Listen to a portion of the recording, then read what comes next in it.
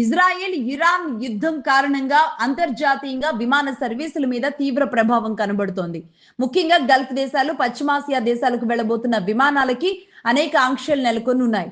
కొన్ని విమాన సర్వీసులు రద్దు చేస్తుంటే ఇంకొన్ని విమానాలని వెనుదిరిగి పంపించేస్తున్న పరిస్థితి ఉంది. అలాగే అంతర్జాతీయంగా ఈ పరిస్థితి కొనసాగుతుంటే భారతదేశంలో కూడా ఇలాగే ఉంది పరిస్థితి.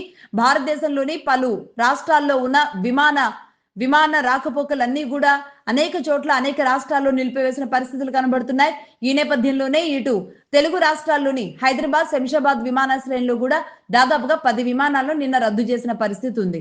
అలాగే ఇటు గన్నవరం ఎయిర్పోర్ట్ గురించి కూడా చూద్దాం.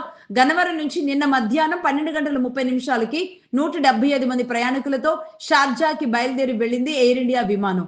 అయితే యుద్ధం కారణంగా షార్జా విమానాశ్రయాన్ని మూసివేసిన నేపథ్యంలో విమానాన్ని అక్కడి వరకు వెళ్లనీయకుండా ముంబైకి తరలించినట్టుగా తెలుస్తోంది అధికారులు. మొత్తానికి షార్జాకు వెళ్లే పరిస్థితి ఏమాత్రం కూడా లేకపోవడంతో రాత్రి 8:15 మళ్ళీ తిరిగి గన్నవరం ఎయిర్పోర్ట్ కు వచ్చేసింది విమానం. మొత్తానికి వచ్చిన ప్రయాణికులంతా కూడా వారి వారి స్వస్థలాలకు వెళ్లిపోయారు.